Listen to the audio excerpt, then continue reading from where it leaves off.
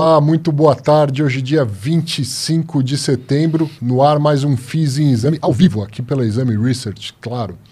Hoje a gente vai bater um papo com Moise Politi. E claro que a gente vai falar do futuro, dos fundos, mas é impossível falar com essa simpatia e não se referir também ao passado, às origens dos fundos imobiliários. Tem muito papo aqui. Ele chegou falando assim, quanto tempo tem o programa? Porque eu poderia falar umas 6 horas. Se deixar, a gente fica 6 horas batendo papo aqui. Vai ser uma conversa muito boa para você entender não apenas da origem dos fundos imobiliários, mas também da cabeça do gestor. Afinal de contas, ele também vai falar dos fundos da REC Gestão, que obviamente ele é sócio e ajuda a fazer a gestão dos fundos. Um de papel, um de tijolo. Isso daqui a pouquinho nesse bate-papo. Eu vou aproveitar para responder dúvidas, muitas dúvidas chegando, tem sido realmente muito legal, muito prazeroso essa troca com você. E eu vou tirar algumas dúvidas aqui e muitas dúvidas que chegaram para o Moise, muitas. O gestor que mais recebeu dúvidas. Até porque uma das coisas que a gente vai comentar é que sirva de exemplo para a indústria, a REC tomou como política divulgar como um comunicado ao mercado, então, oficialmente, as entrevistas que serão concedidas. E aí a base de cotistas pôde saber antecipadamente e muitos se interessaram em aproveitar a ferramenta que a Exame disponibiliza e enviar dúvidas. E elas serão repassadas com todo prazer aqui. Mas antes eu vou responder algumas dúvidas genéricas que chegaram para mim. Quer ver? Ó? A primeira foi da Marta. Ela pergunta: qual a melhor carteira para quem quer oferir rendimentos mensais a partir de 2023? Marta, eu vou me referir só a fundos imobiliários, mas tem outros ativos também para te gerar renda, não mensal, mas para te gerar renda, como, por exemplo, o Tesouro IPCA. Agora, qual é a melhor carteira para 2023? É uma resposta impossível de te dar, mas a melhor carteira é aquela bem diversificada. A gente não sabe o que vai acontecer daqui 6 meses, ainda mais daqui 3 anos. Mas se a gente tiver bem diversificado em segmentos, se você tiver fundos de setores diferentes, você vai ter uma boa carteira patrimônio e renda te gerando rendimentos mensais consistentes. Então, o caminho é sempre pela diversificação. E procure também ter outras classes de ativos no seu portfólio. Uma dúvida do Bruno Fontana. Boa tarde, Arthur. Existe alguma relação entre FFO e NOI? Tem gente que deve estar coçando a cabeça agora, falando, o que é isso? Não, calma, que você já vai entender. Quais são as particularidades de cada um? Grande abraço a você e ao Moise. Tenho certeza que será um papo excelente. Também tenho, Bruno. Obrigado pela sua pergunta. Eu vou dar uma resposta bem simples, bem simplista mesmo, de uma maneira assim. O NOI seria algo muito mais próximo do faturamento, enquanto o FFO seria algo mais próximo do lucro, daquilo que vai ser distribuído para o cotista em rendimento. Então o NOI está mais para cima. Pensa numa demonstração de resultado, o NOI estaria mais para cima, o FFO lá na linha de resultado, certo? Na última linha. Mas para que essa resposta não fique assim tão simplista, eu vou chamar um grande reforço e ter o prazer de apresentar a todos o Danilo Barbosa, que é o analista de fundos imobiliários da Exame Research. Vem com muito conhecimento do mercado financeiro, daqui a pouco vai ter produto para te mostrar e está aí na praia dele, né, falar sobre esse tipo de coisa. Danilo, obrigado, seja bem-vindo ao FIS em Exame. E rapidinho, hein, também não vai dar uma aula de meia hora aqui. Ajuda o Bruno, qual é a relação, se existe relação entre FFO e NOI? Boa tarde, pessoal, tudo bem?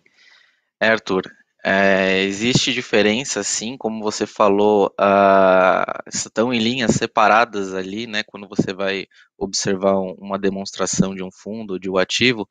É bom entender a diferença entre o NOI e o FFO, né?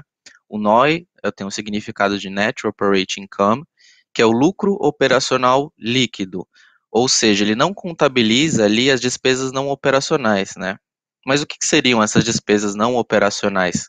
Seria CAPEX, receitas ou despesas financeiras. Então, como você mencionou, o FFO, que é o Funds from Operation, que ele mede ali o fluxo de caixa, provavelmente das operações, ele mede mais o caixa daquele ativo ou daquele fundo. Então, e a correlação ela é mais com dividend yield e não com o NOI.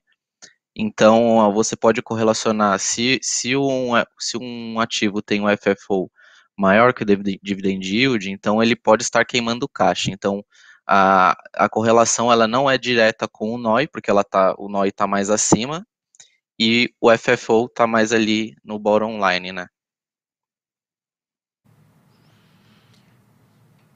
Ô Danilo, eu vou aproveitar que você está por aí e vou te mandar mais uma, hein? Então, ó, Bruno e a todos que assistem, conheçam o Danilo Barbosa e aproveitem, já pode começar a mandar dúvidas para ele que a gente encaminha também, toda semana. O Bernardo me mandou a seguinte pergunta, ó. Olá, Arthur. Agradeço pelo trabalho de fomento e informação nesse segmento de mercado tão importante. E gostaria que comentasse, se possível, como o fluxo de caixa futuro previsto para um imóvel influencia a sua avaliação. Esse fato ocorreu com o fundo XPCM, que teve uma queda de cerca de 25% em sua cota patrimonial em sua última avaliação, que ocorreu após anúncio de saída antecipada da locatária. E também como identificar e analisar essa característica do imóvel ao avaliar fundos, pois acredito que pegou muitos incautos, inclusive eu, de surpresa. Pô, Bernardo, muito legal que você tenha mandado essa pergunta, inclusive, né, tendo essa humildade de falar, pô, fui um incauto, fui pego de surpresa.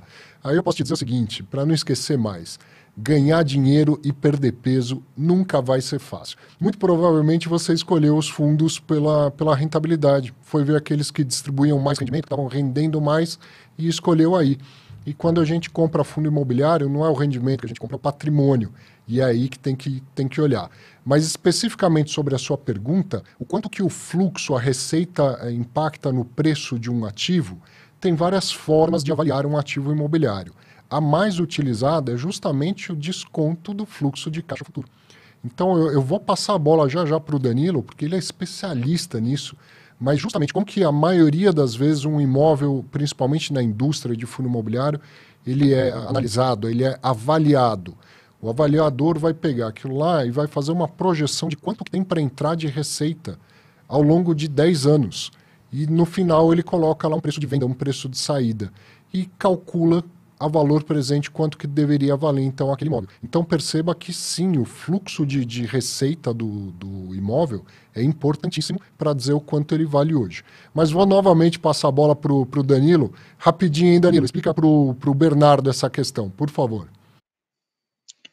Boa, Arthur. Complementando bem o que você disse, né, do fluxo de caixa futuro, o que acontece quando um valuation cai é justamente pelo fato de que, com antecipação da saída do inquilino, aquele valuation que estava com o aluguel projetado até uma data de o ano seguinte, ou 2022, etc., com a saída desse inquilino, o avaliador ele projeta a mercado a partir da data próxima à saída do inquilino, com uma certa absorção de vacância nesse período, ou seja, ali vai ter 3, 6 meses de vacância, que é a recuperação do ativo frente ao mercado e a situação nova de mercado atual que esse ativo vai enfrentar, ou seja, se ele estava pagando 100 e o mercado está pagando 40 agora, ele vai projetar essa nova realidade a mercado, né? E é justamente nesse fluxo de caixa que você mencionou, de 10 anos projetado, trazido a valor presente a uma taxa de desconto,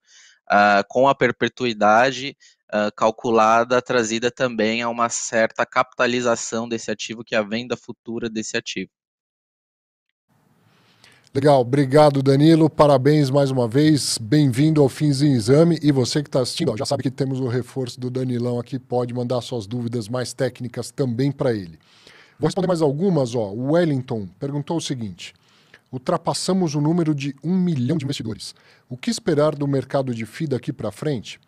Pode crescer cada vez mais ou estamos vivendo um momento de migração de recursos da renda fixa para os FII devido à baixa remuneração com a queda da Selic? Wellington, as duas coisas, né? Sem dúvida que a queda da taxa de juros responde por boa parte do crescimento do número de investidores e também as novas emissões, os novos fundos e novas emissões de cotas. Então, na verdade, eu junto as suas duas perguntas, Eu acredito que o mercado continua crescendo, talvez o ritmo não seja tão acelerado como foi de 2018 para cá, mas o mercado continua crescendo sim, e taxa de juro para baixo vai contribuir muito para este crescimento. E a gente espera e acredita que o Brasil crie condições fiscais para que o juro permaneça abaixo por um bom tempo. Uma outra pergunta aqui do Leandro, ó. Como a reforma tributária pode interferir nos fundos imobiliários, já que uma das propostas é o imposto sobre dividendos? Ou essa medida pode ser considerada inconstitucional porque pode ser entendida como dupla taxação? Leandro, de uma maneira muito genérica, porque é o seguinte, só teria como comentar se efetivamente tivesse um projeto de lei claro, disponível para a gente entender, vai valer para fundo que já existe ou não vai valer e tal. Essa questão da isenção e de um dia tirarem a isenção, ela vai e volta. Em 2015 já chegou muito perto de ser votado e tudo mais. A questão é que eu tenho só um pouco mais de 20 anos de mercado financeiro, e falo só não para ser irônico, é porque todo lado do Moise aqui que deve ter uns 40 anos de mercado financeiro. Eu, nesses só 20 anos, eu já vi mudar a tributação de renda fixa, de ações, criar comicotas e tal. E quando eu falo mudar a tributação, você acha que eu vi mudar para mais ou para menos? Entende? Ele não tem fome. De tempo em tempo, o Estado vai lá e morde mais uma parte da nossa renda. Mas isso não mata um mercado, isso não inviabiliza um mercado. O que acontece é que os preços se ajustam, a indústria se ajusta e aí as coisas seguem adiante. Tá? Então eu realmente não me preocupo muito com essa questão da um dia deixar de ser isento. Aliás, fundo imobiliário não nasceu isento e daqui a pouco a gente conversa sobre isso também. Uma última aqui, o Saulo Tadeu pergunta: Arthur, parabéns pelo novo programa. Obrigado, Saulo. Sucesso total. Qual a expectativa para o mercado no sentido dos fundos de CRIs para os próximos 12 meses, uma vez que a taxa de juros está super baixa? E aí, é o seguinte, Saulo. A gente acabou de falar de taxa de juros, caiu, sim, caiu bastante, mas ela não está tão baixa quanto parece. A gente vê lá a Selic a 2% ao ano, parece que o juro é 2% no Brasil. Mas a curva de juros, como se fala no mercado, ela tem uma parte curta e uma parte longa. E essa parte longa não está assim tão baixa. Eu não sei se o Fábio consegue colocar na tela esse slide. Se não conseguir, não tem problema, hein, Fábio? Mas você pode dar uma olhada no Tesouro Direto, por exemplo. Eu peguei aqui como uma colinha um título, o Tesouro Pré-Fixado 2026. Ele está pagando 6,95% ao ano. 7% ao ano, arredondando aqui. Enquanto no curtíssimo prazo a taxa Selic está 2% ao ano, um título para 5 anos e meio, menos do que isso, está pagando 7% ao ano. Então a taxa de juros não está tão baixa assim quando a gente olha para o longo prazo. Eu vou te recomendar seguir o meu xará aqui, Arthur Mota, que é o analista de macroeconomia da Exame Research. Procura por ele aí, segue os conteúdos dele. Essa semana, inclusive, ele escreveu explicando essa diferença da curva no curto prazo e no longo prazo. Bom, vamos bater um papo com o Moise Politi. Muito obrigado por estar aqui. Obrigado pelo convite. Estava ouvindo e eu tenho certeza que essas coisas passaram pela sua cabeça, né? Taxa de juros. Quantas vezes você viu o Moise subir, cair taxa de juros? Isenção, que, como eu disse, o fundo imobiliário não nasceu isento, né? Exato. O que te passa? Dessa experiência toda, o que você tem para dizer para essas pessoas que estão preocupadas com juro e tributação? Então, o que eu tenho para dizer é que eu comecei minha carreira no ramo financeiro em 1982. E de lá para cá eu já vi de tudo, né? Eu já vi a crise da dívida de países emergentes em 82, a crise mexicana, já vi a crise de bolsa americana em 87, 97, a russa de 98, a asiática de 97, a da internet de 2000, e sobrevivemos a tudo. Quer dizer, sofremos durante algum tempo, mas o mercado se adapta, né? Os mercados financeiros, eles têm vamos dizer, a agilidade suficiente e o privilégio de se adaptar muito rapidamente e muito eficientemente. Então, eu também já vi taxa de juros no Brasil de 12% ao ano, 14% ao ano. Quando nós começamos o primeiro fundo imobiliário, que foi o fundo Pátio Higienópolis, para investidores de varejo, que foi em 1999, nós éramos 600 investidores. Naquela época, os primeiros desse milhão.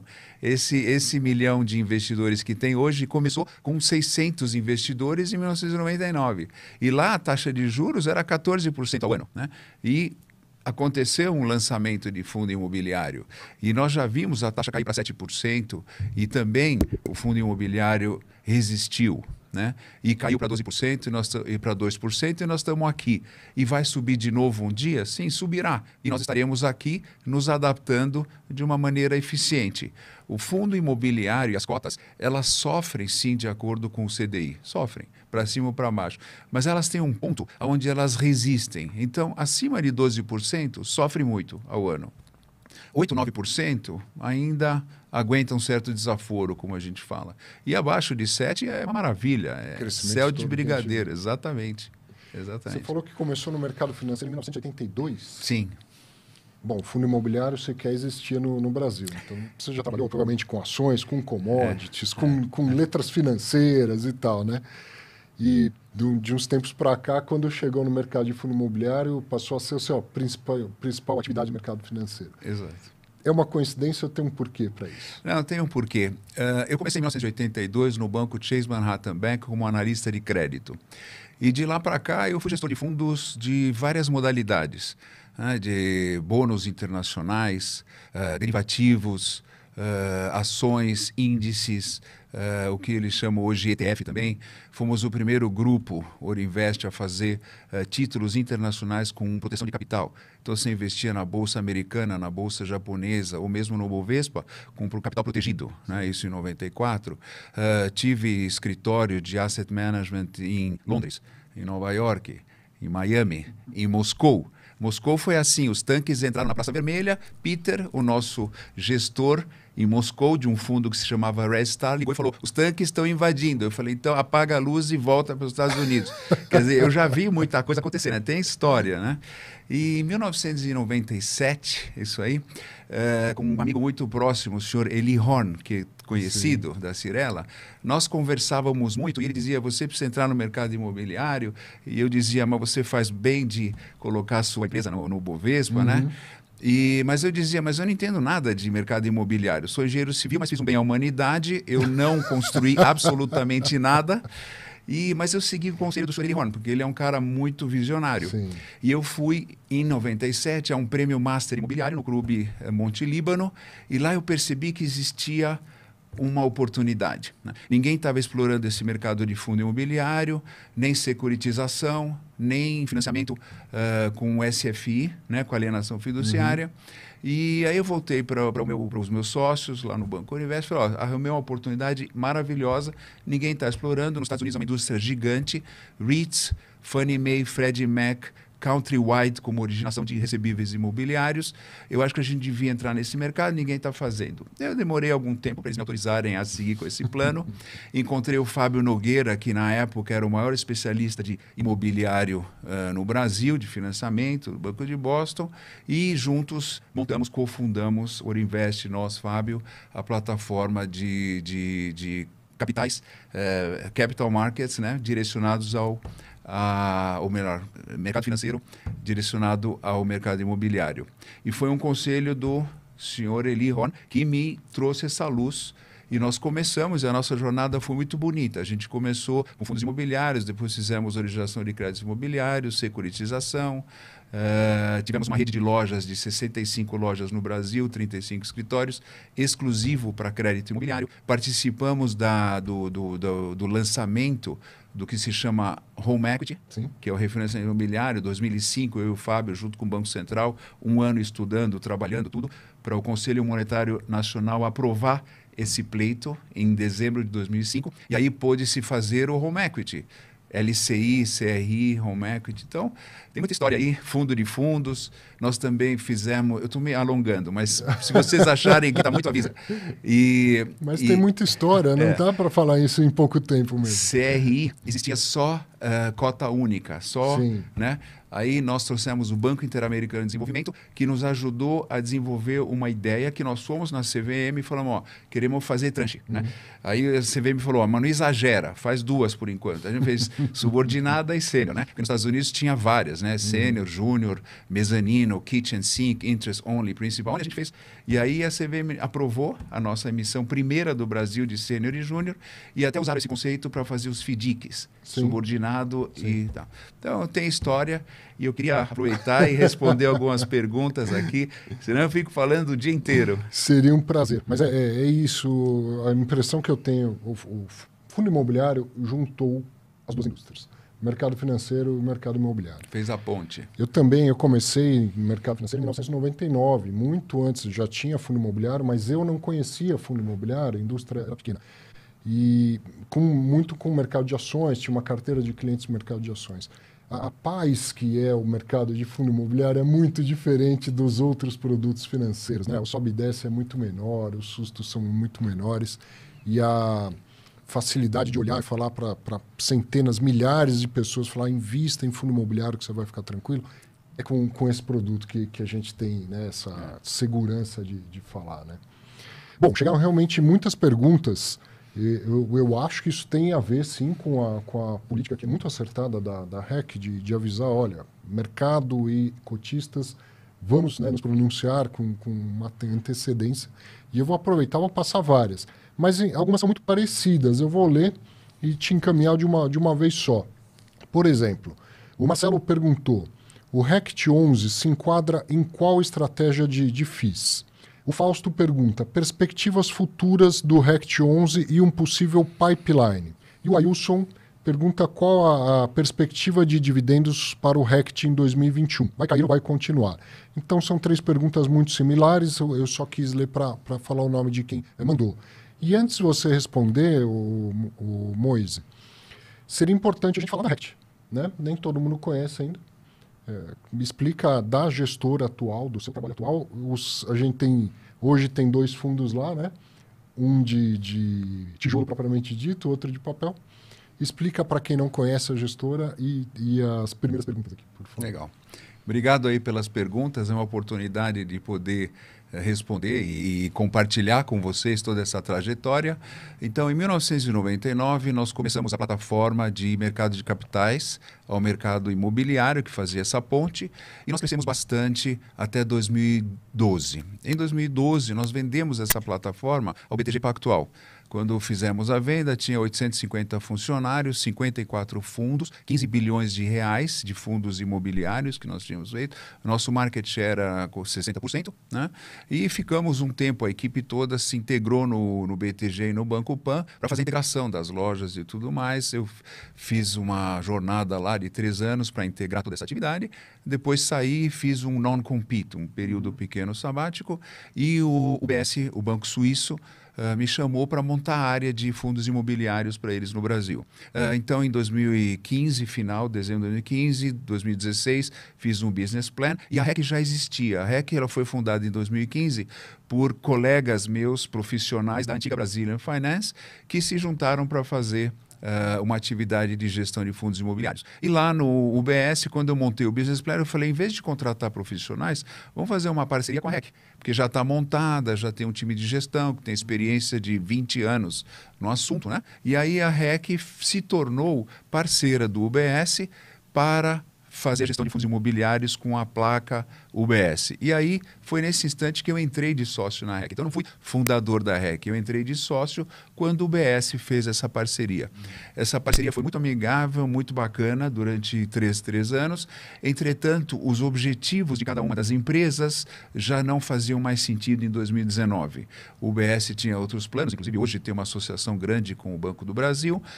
Na área de fundos imobiliários, o UBS não trouxe os seus investidores estrangeiros, que deveria trazer, mas pegou uma época ruim. Nós tivemos 2017, o Dilma, Caminhoneiro, Joesley, tivemos um show de horror total, os estrangeiros não apareceram, exato. E aí nós fizemos a operação local, fundos locais, investidores locais.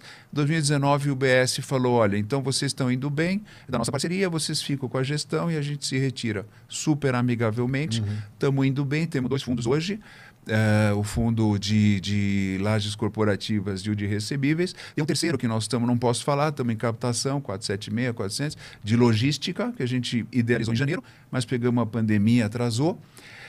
E ontem saiu foi, vamos dizer, protocolado na CVM um regulamento novo, REC Hotelaria. Né? Eu ainda não posso falar, apenas o nome REC Hotelaria está na CVM, lá registradinho o regulamento, e talvez tenhamos algumas surpresas gostosas daqui para frente.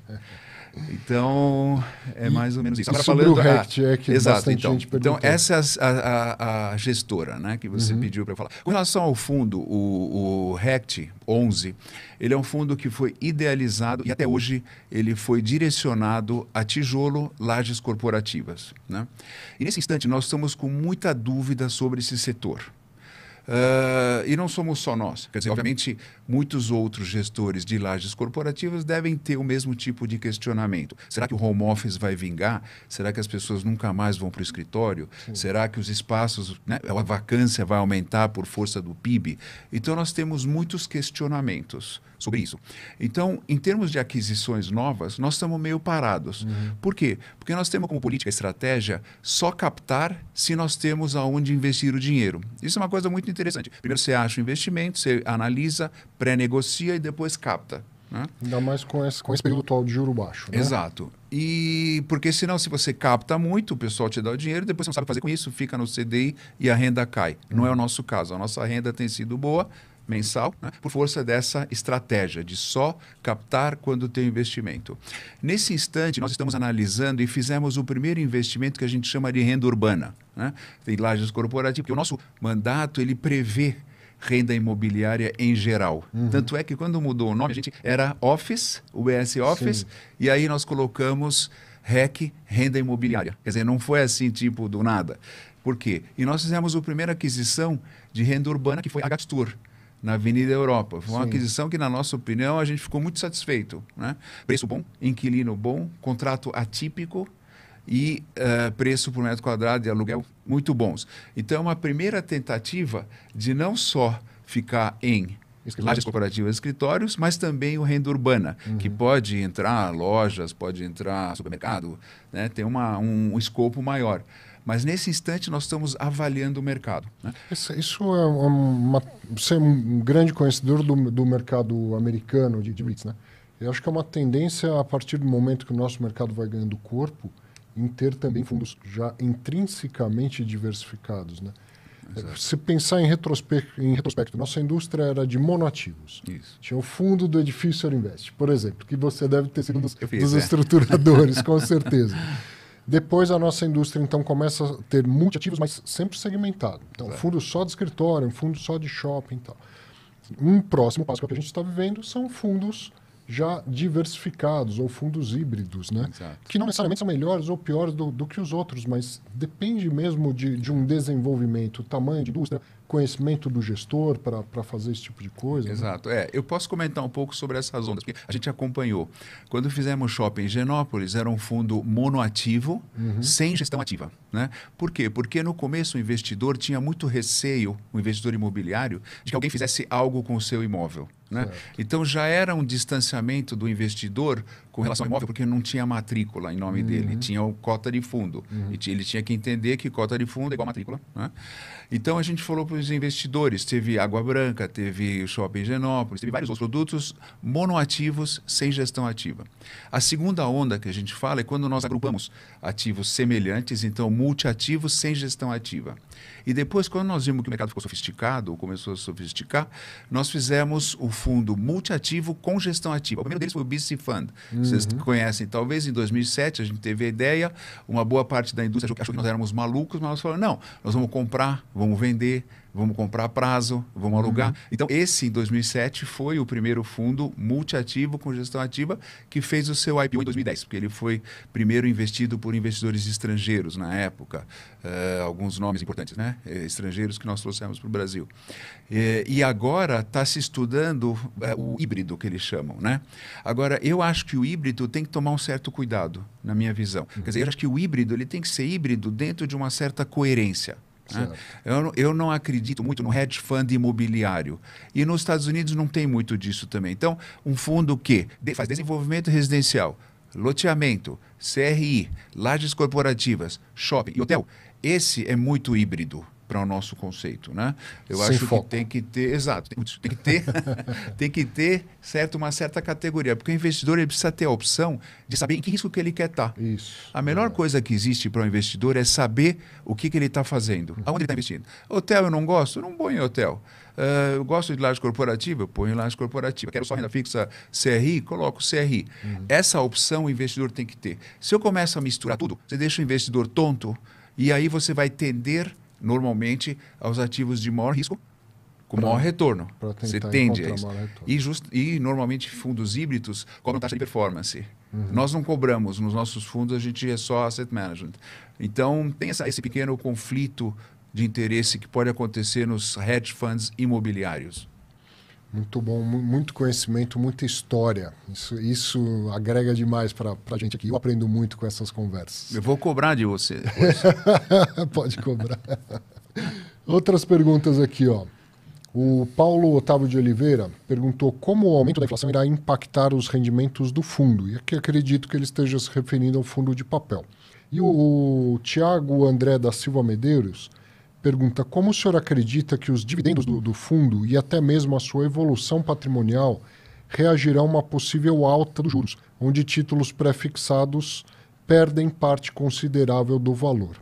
Qual a estratégia do REC R11 para manter seu patamar nos próximos meses e por que o UBS se retirou do fundo? O UBS você já respondeu, né? já comentou. Então a gente fez 3 perguntas pertinentes ao fundo de tijolo, agora vamos falar do fundo de papel. Legal. Eu esqueci de responder uma das perguntas do tijolo, que é a remuneração futura. Certo. É muito difícil prever o que vai ser o dividendo futuro. Obviamente, a gente tem uma ideia, a gente trabalha para isso, mas é difícil prever isso. Certamente terá uma queda, talvez, pequena em 2021, porque tem um dos imóveis que tem um contrato da Vivo que está num patamar de aluguel elevado por força do seu contrato atípico. Então, mas a gente fez umas contas, talvez seja 0,12, 0,13 a menos, mas tem um componente de inflação forte, que aí já vou pegar o gancho nessa pergunta. A inflação, ela afeta duplamente tanto os fundos de tijolo quanto os fundos de recebíveis. Por quê?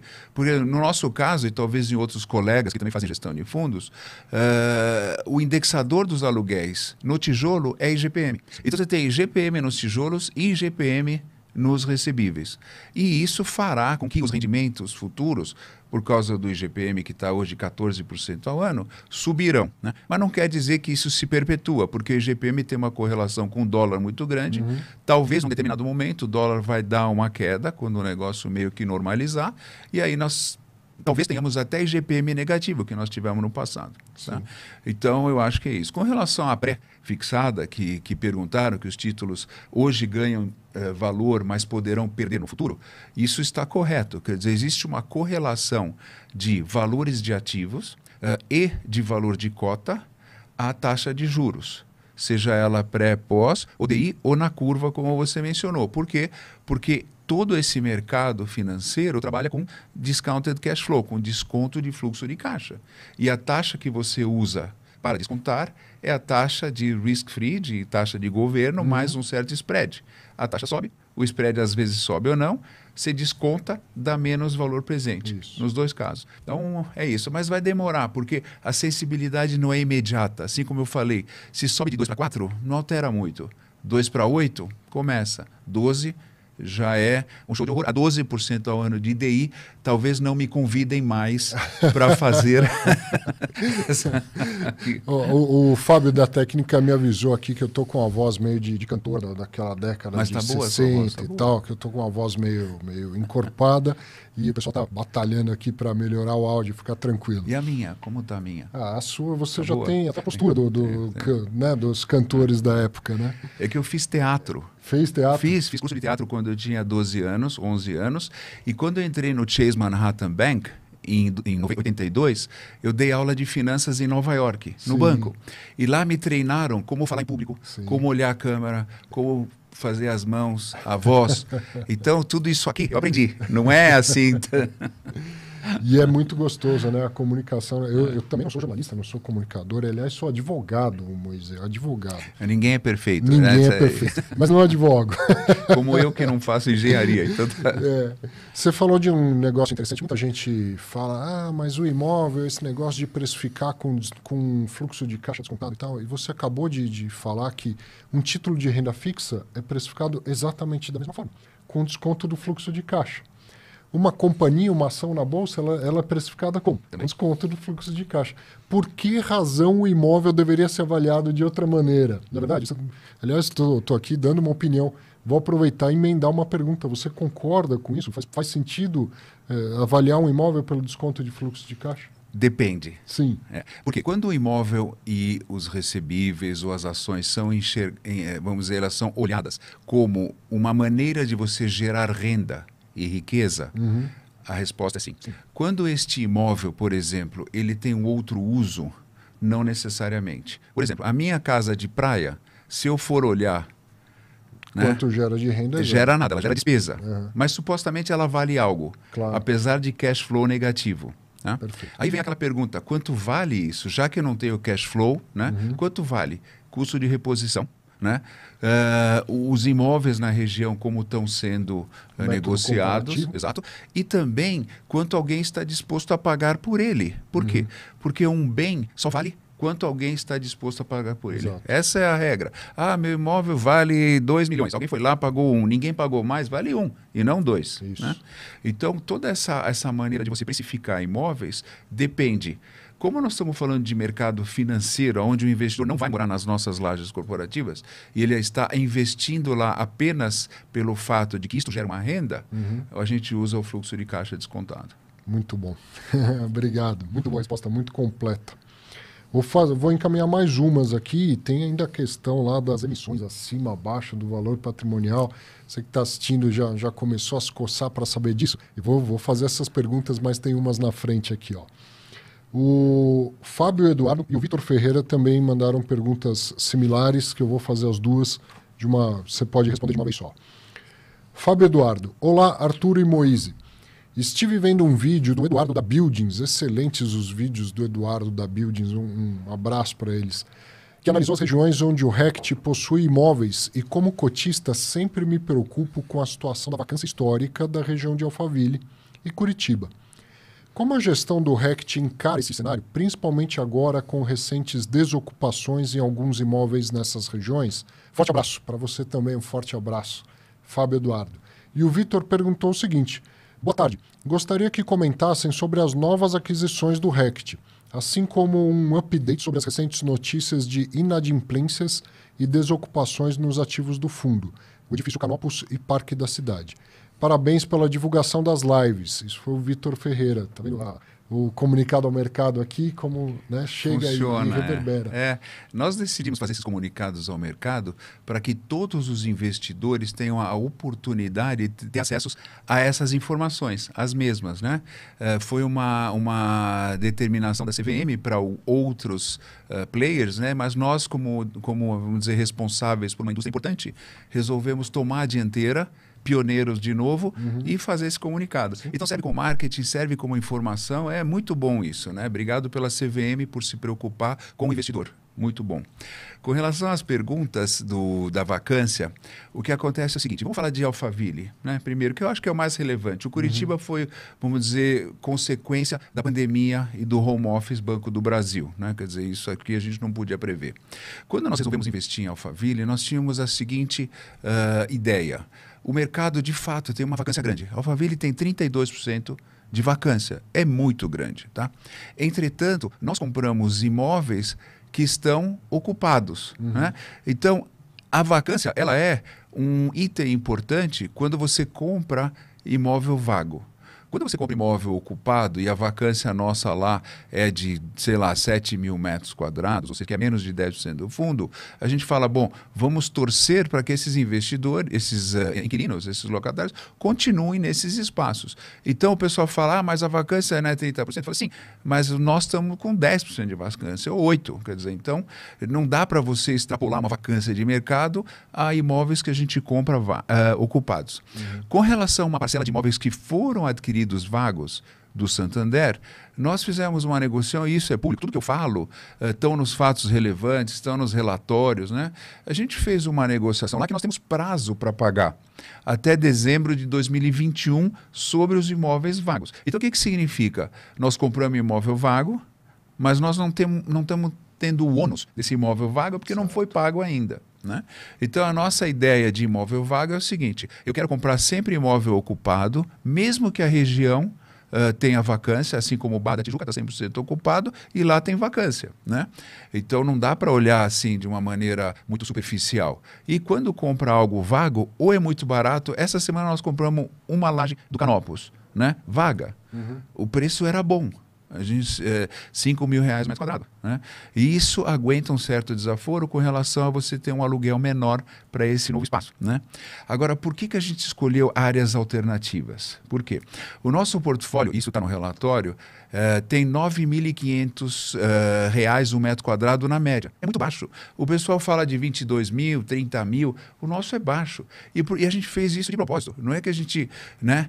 Por quê? Porque numa crise com PIB fraco ou pandemia, as empresas tendem a economizar, seja aumentando a vacância ou seja indo para espaços mais baratos.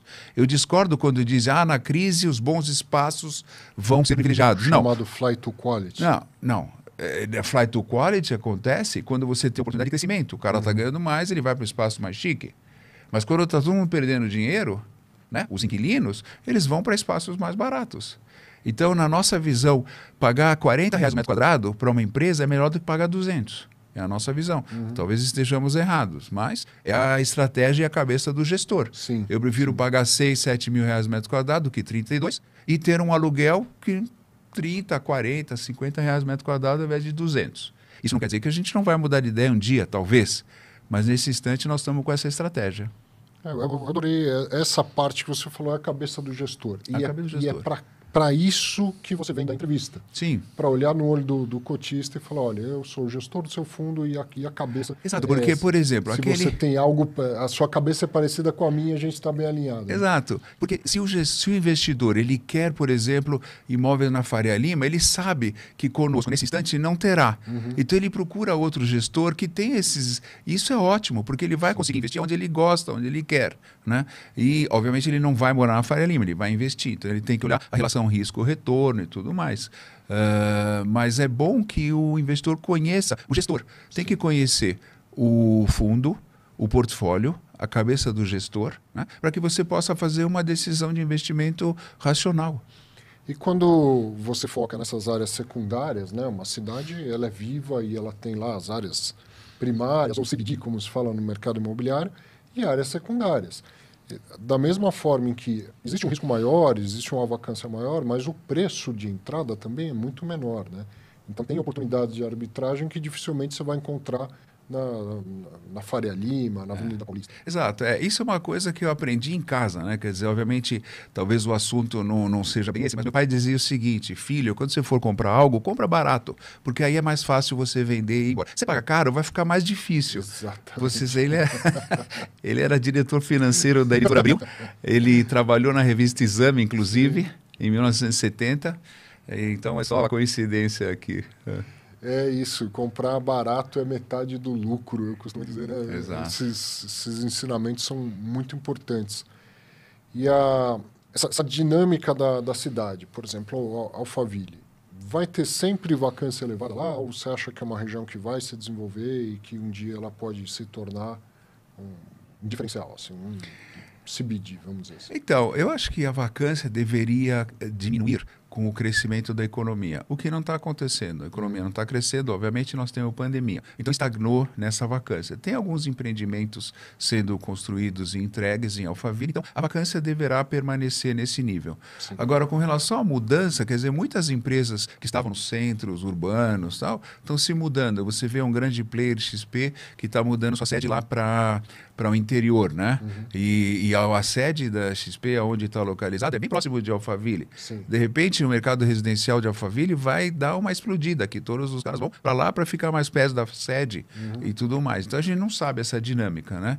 Porque nós estamos sendo hoje movidos por eventos que nós nunca vimos antes. Eu estava comentando que eu já vi todas as crises que aconteceram até hoje, mas essa é a mais, vamos dizer, terrível, né? Porque ela é uma crise sanitária e crise econômica, e a gente não sabe como que nós vamos sair, se vai ter segunda onda, se vai ter vacina, né? Se as pessoas vão querer morar em apartamentos maiores, né? Tem um negócio do residencial, por exemplo, o mercado que lá nos Estados Unidos é multifamily, que é residencial com renda, no Brasil nunca vingou. Agora estão olhando, por quê? Sim. Porque as famílias que não têm poder aquisitivo para adquirir imóveis vão alugar e vão querer espaços maiores, né? Por força da pandemia, trabalhar em casa, home office, criança fica em casa, em homeschooling, né? E esses aluguéis vão subir um pouco, na nossa visão, e a demanda por espaços maiores também vai subir. Então já está aparecendo alguns fundos residenciais com renda de aluguel. Que lá nos Estados Unidos é um segmento gigante. Né? Muito grande. Mas também tem uma diferença muito grande na relação contratual lá com o inquilino, né? Acho que esse é a grande preocupação. Lá um contrato de aluguel vale até o fim. Sim. Então, mas você tinha falado do IGPM, agora eu me lembrei. IGPM de 14%, no meio da crise. Está lá, está no contrato, o contrato é feito para ser cumprido e tal. Mas o inquilino vai dar uma chorada, não vai? Vai. E às vezes faz sentido ajudar o inquilino? Então, faz sentido ajudar o inquilino, porque a última coisa que você quer é um imóvel desocupado. Né?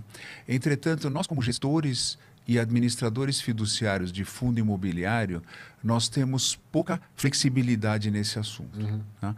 Existe na regulamentação da CVM que o administrador fiduciário não pode tomar a liberalidade. Isso. Tá? Que é diferente do gestor de ações, do gestor de outros fundos, multimercado. Então, o administrador fiduciário, a palavra fiduciária significa que ele está segurando os imóveis num fundo por conta e ordem dos 100 mil investidores.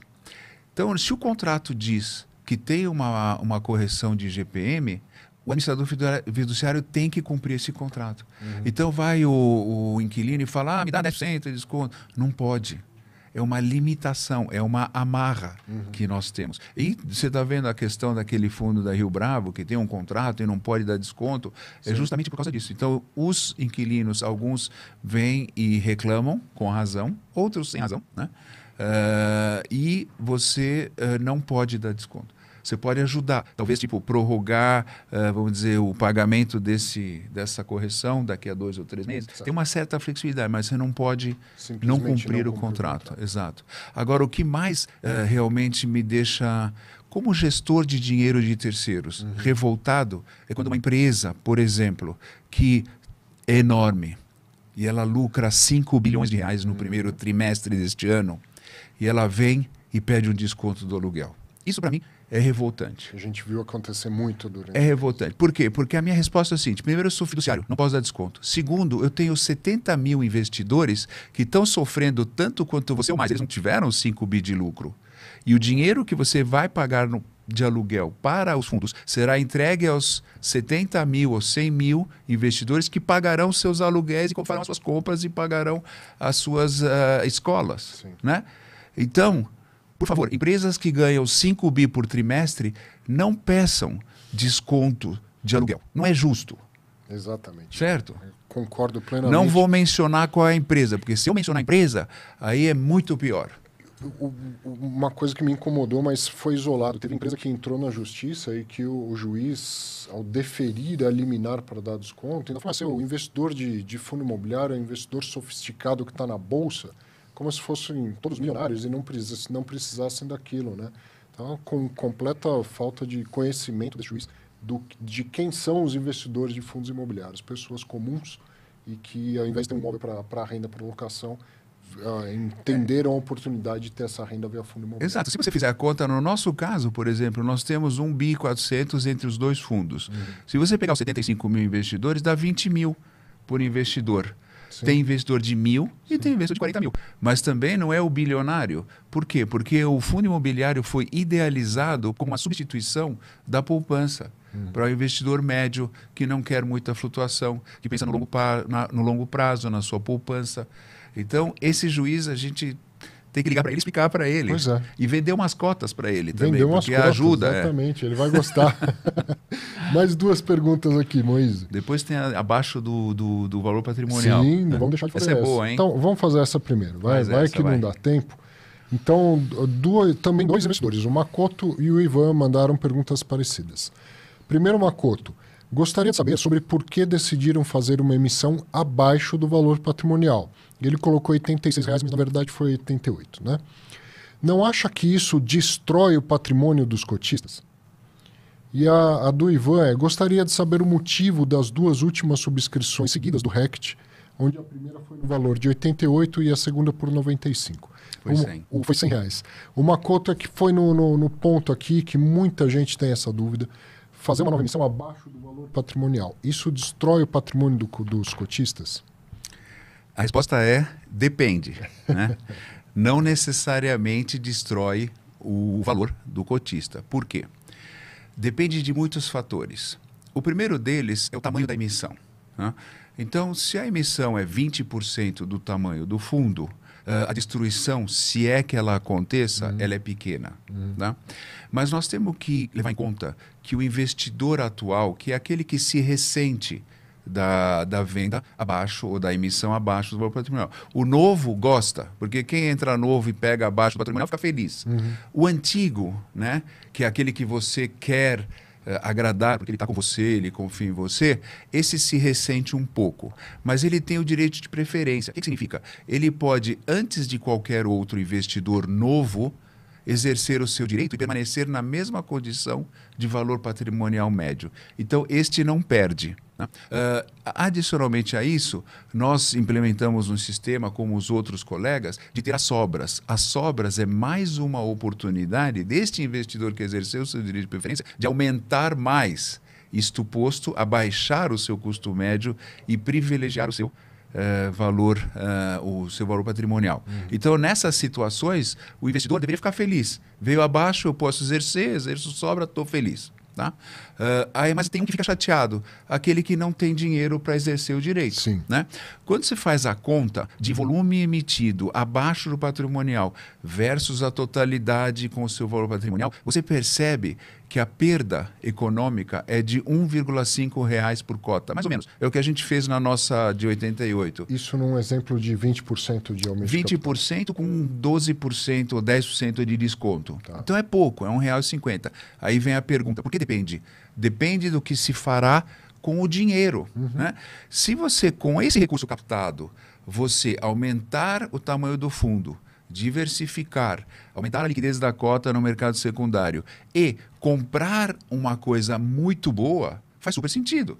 Porque, por exemplo, vamos supor que tem uma oportunidade que dá um retorno de 20% ao ano. Estou exagerando. É ótimo fazer abaixo do patrimonial, porque o que vou fazer com os recursos vai privilegiar mesmo aqueles que sofreram a diluição. Né? Obviamente, se captar abaixo do patrimonial, ficar com o dinheiro em caixa, aí não faz sentido, aí destrói o valor do investidor. Então, quando aconteceu uma emissão abaixo do patrimonial, é importante perguntar o que será feito com os recursos. Tem pipeline? É um bom pipeline? Vai melhorar o rendimento? A cota vai subir depois? Né? Você vê, por exemplo, no nosso caso, eu não gosto de falar muito de preço de cota, porque o preço de cota é consequência do mercado. Eu não tenho controle sobre isso. A gente faz a administração do fundo. Mas caiu para 88 da pandemia, chegou a 100 de novo, 97. Quer dizer, aquele que comprou 88 e exerceu pode até sair a 100. E quem se privilegiou foram os investidores que são os nossos cativos, porque eles exerceram o direito de preferência. Né? Então, a resposta é longa, mas não sofram com emissão abaixo do valor patrimonial. Quando acontecer, analisem o que será feito com o portfólio, que é a coisa mais importante, e verifiquem se vocês querem entrar mais no valor abaixo do patrimonial. Quer dizer, a cada nova emissão, existe, no primeiro momento, um risco adicional. Só, o Moise até agora fez tudo certo, mas sabe lá se não vai dar um tropeço na próxima. Então tem sempre um risco adicional e o histórico, o relacionamento com o gestor vai ser importante nessa hora em que você pede novamente a confiança do investidor. Exato. Né? Agora, se um fundo tem lá 5 imóveis e passa a ter 7, 8 depois da emissão, ele passa a ser menos arriscado. Sim. Desde que também o gestor tenha colocado imóveis com características semelhantes ou menos arriscadas. Que é a sua primeira resposta. Quando você começou essa live, você respondeu uma pergunta muito boa o que eu faço, onde eu vou ganhar. Diversifique. Isso. Diversificação em mercado imobiliário, não só em tipos de ativos ou classes de ativos, mas dentro do próprio ativo. Se você conseguir diversificar, é ótimo. Nós começamos o RECT 11 com um ativo, monativo. Qual era o risco? enorme. Hoje nós temos 8, 9 ativos. O primeiro significa só 27% do portfólio total. Então, hoje, o fundo é muito menos arriscado do que ele foi há 1 ano e meio atrás. Isso é possível, esse crescimento fazendo 9 emissões de cotas. Exato. Então, elas vão acontecer. Dá tempo da gente, então, fazer mais umas aqui. Ó. O Rafael Prebianchi. Mesmo considerando os imóveis bem avaliados, precisamos nos preocupar com os 9,7% de vacância do fundo RECT? E o Gabriel Mendonça perguntou quais são as expectativas do fundo para a vacância que ele vai ter, seja esta em tratativa para a entrada de outras empresas ou revisão dos contratos. Essa é uma pergunta muito difícil, né? Com relação à vacância, eu cheguei a responder rapidamente que uma boa parte dessa vacância ela não custa. Né? Dos 9% de vacância, pelo menos metade não custa. Então, a vacância real do dinheiro investido ou das obrigações é só a metade. Quando você fala que não custa, o imóvel está lá, está vago, já pertence ao fundo ou ainda não? Não, pertence. Já pertence mas ao o fundo. custo da vacância em si, o condomínio, a tributação? Os imóveis que nós temos têm um custo baixo, né? De R$12, R$14 IPTU e a gente faz essa conta. E por outro lado, como o dinheiro ainda não saiu do bolso do fundo, ele está rendendo juros e isso diminui o carrego da vacância. E a nossa obrigação de comprar é muito baixo o custo. A gente está com obrigações de 1% ao ano ou CDI, certo, que hoje é muito baixo. Né? Então, a correlação custo de oportunidade dos dinheiro dos investidores versus o custo de prorrogar o pagamento é muito favorável. Porque o custo das nossas dívidas são baixos nessa modalidade da vacância, eu digo, né? Então a vacância para nós, nesse momento, 9% não preocupa, 4% preocupa, porque essa é a vacância de fato que a gente já pagou e já está tendo o coisa. Obviamente, o fundo está tendo uma remuneração boa, apesar dessa vacância. Vacância futura é difícil dizer, né? Temos alguns contratos cuja probabilidade de vacância é baixa. Né? Ou porque tem um certo componente de atipicidade, ou porque foram feitas reformas para entregar, e aí tem um componente de take or pay, como a gente chama, né? De multas e coisas desse tipo. Mas é muito difícil dizer. Nós conseguimos passar essa pandemia de fevereiro até hoje com devoluções de um nível muito baixo. Né? 2.000, mais 1.000, mais 1.000. 4.000. Dos quais 1.000 metros... nós temos um problema que o inquilino não pagou os 2 últimos aluguéis, está lá, né? As medidas legais, vai atrás do fiador, às vezes o cara muda de endereço e tal. Então, mas nós estamos tentando achar esse povo para eles cumprirem o seu contrato, porque eles abandonaram e foram embora. Mas também é um valor pouco relevante dentro do contexto do fundo. Né? O nosso tempo aqui cravou. São 4 horas em ponto, mas na verdade ele começou um pouquinho depois. Não vai dar para encerrar, vou aproveitar ainda mais a sua experiência toda para falar de um outro ponto importante em fundos imobiliários, que é a alavancagem. Você falou aí, foi um dos pensadores, dos estruturadores do BC Fund, que já nasceu claramente claramente, quero dizer assim, de uma maneira muito transparente, dizendo vamos utilizar instrumentos de alavancagem financeira. Então, eu queria que você falasse de alavancagem em fundo imobiliário, quando ela pode dar errado, e como efetivamente não é possível alavancar, no sentido de pegar dinheiro emprestado, até onde um gestor de fundo imobiliário deveria, com a estrutura de um CRI ou com a compra de um imóvel a prazo e tal, até onde ele deveria alavancar? Vou ter uma vez o patrimônio de alavancagem. Você faria um negócio assim? Enfim, até onde alavancar e quando que ela dá errado? Então, obviamente, o que a gente normalmente faz? Nós fazemos o discurso coerente com as nossas atitudes. Essa é uma coisa muito bacana de gestor. Quando o gestor fala uma coisa e faz o que ele falou, é muito bom. Sim. Né? Nós temos o fundo do RECT, que tem um componente de alavancagem. Né? E ele tem um componente de alavancagem de 30%, que nós achamos entre 25% e 30%, é um bom número. Mais de 30% a gente acha arriscado. Quando nós fizemos o BC Fund em 2007, nós tínhamos o objetivo de ser o primeiro fundo com alavancagem. Né? E lá a gente decidiu 50%. E a gente viu que era muito.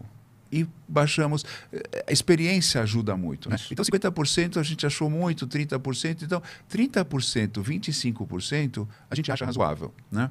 O que você faz? O fundo não pode tomar dívida, né? Então, o fundo não pode se endividar. Mas ele pode comprar a prazo, seja 6 meses de prazo para pagar, 1 ano ou até 15 anos. Quando você pega um prazo de 15 anos para pagar, de 30% do seu portfólio, o seu risco normalmente é baixo, porque o seu fluxo de caixa está muito facilitado. E o vendedor, que tem esse recebível de 15 anos, vende para uma securitizadora, a securitizadora faz o CRI, que vende para os fundos de CRI. Então, é assim que funciona o sistema de alavancagem, né? E tem um risco, obviamente, porque se 100% dos imóveis ficam vagos, você não consegue pagar o imóvel, pagar as prestações. E muitas vezes o imóvel está dado em garantia. Exato. Aliás, 100% das vezes o vendedor não entrega, o vendedor fica com a alienação fiduciária, né? Aí vem a questão. Vamos pôr por hipótese absurda, eu vou dar um exemplo absurdo. Por favor, Ótimo. não é a realidade, não é o nosso fundo, eu tenho que enfatizar isso, mas é um exemplo absurdo. Vamos supor que um imóvel foi financiado com a compra a prazo de 70% ou de 30%, porque a alavancagem de 30% do seu valor. Então, você deu 70% de sinal e 30% você fez a prazo. Tá? Vamos supor que esse imóvel fica vago, não tem fluxo. Você não consegue pagar a prestação, certo? O que vai acontecer? O garantidor, né, aquele que tem a garantia, né, da alienação fiduciária, vai tentar tomar um imóvel de 2,5 vezes o valor da dívida, certo? É uma coisa absurda. O que você faz, gestor de um único imóvel alavancado? Hipótese absurda. Você chama os investidores e fala, vamos fazer uma emissão para a gente não perder esse imóvel? E aí, importante dizer, nenhum investidor é obrigado a colocar dinheiro nessa emissão. Exato, não é obrigado. Mas você tem, por exemplo, um patrimônio de 1 milhão que vai ter um prejuízo de 700 mil. Né? Mas isso é caso extremo. O que é diferente de companhias de capital fechado, sem acesso a mercado de capitais. Esses têm que entregar o imóvel, certo? Mas é assim que a gente pensa no caso extremo. É caso extremo, a probabilidade de acontecer isso é baixíssima. São diversificação de imóveis, muitos imóveis são 100% pagos. E quando dá certo, acelera o crescimento do fundo. É lógico, porque a conta simples é a seguinte, hipótese, você compra um imóvel de cap rate de 8% ao ano ou 9%. Você se financia a 5% mais indexador, os aluguéis têm o mesmo indexador. Você faz 30 a 70 a relação, né? Sobra 3 pontos percentuais. Sobra 3 pontos percentuais em cima de um pedaço, você joga a rentabilidade para o investidor para 10% ao ano, mais ou menos, né? Então é um negócio bacana, desde que você saiba o que você está fazendo. Exatamente. Moise, que papo e que aula. Muito obrigado.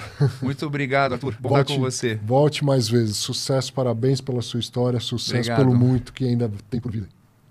Muito obrigado. Para você, agora chegou a hora de pensar no final de semana. Tenho certeza que gostou. Continue enviando as suas dúvidas. É um prazer recebê-las e encaminhá-las também aos nossos convidados. Um excelente final de semana para você e um grande abraço.